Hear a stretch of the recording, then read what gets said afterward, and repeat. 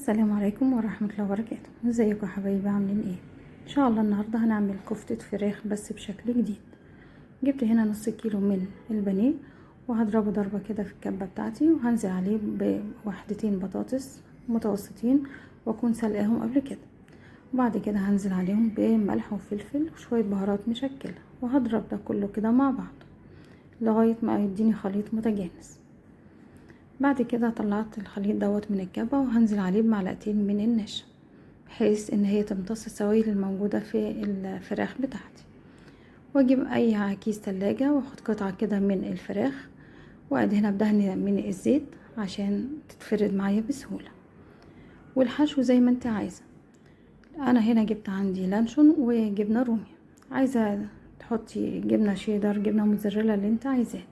هنا انا عامله كفتة الفراخ يا جماعة على شكل كوردون بلو، هتطلع جميلة قوي. اتمنى ان شاء الله ان انتوا تجربوها بالشكل ده.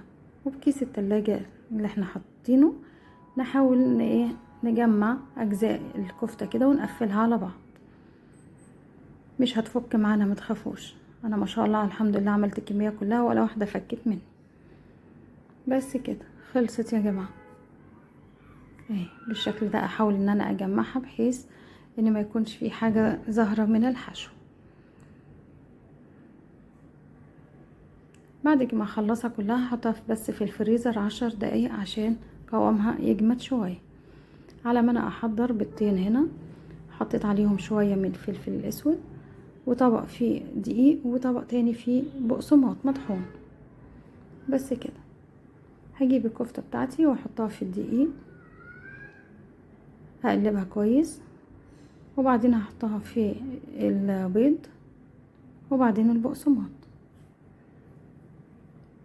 بس كده. واكون مولعه على زيت على نار متوسطه، ما يكونش الزيت سخن جدا يا جماعه.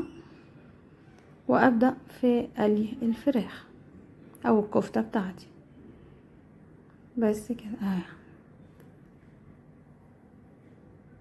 نصلي على الرسول عليه افضل الصلاه والسلام. هنا بقى بقلي الكفته، مش اول ما تاخد لون يا جماعه اطلعها عشان تكون مستويه من جوه. هنا عملت جنبيها شويه رز اصفر، وهنا كان عندي باقي شويه كرنب من كولسلو وحطيتهم جنبيها. غدا سهل وبسيط جدا ومش مكلف يا جماعة. اتمنى ان شاء الله ان انتوا تعملوها بألف هنا وشفا. يا ريت تستفادوا منها والوصفة تعجبكم، ويا ريت اللي ما اشتركش في القناة ينورني بالاشتراك. واشوفكم في فيديو جاي بإذن الله. مع ألف سلامة.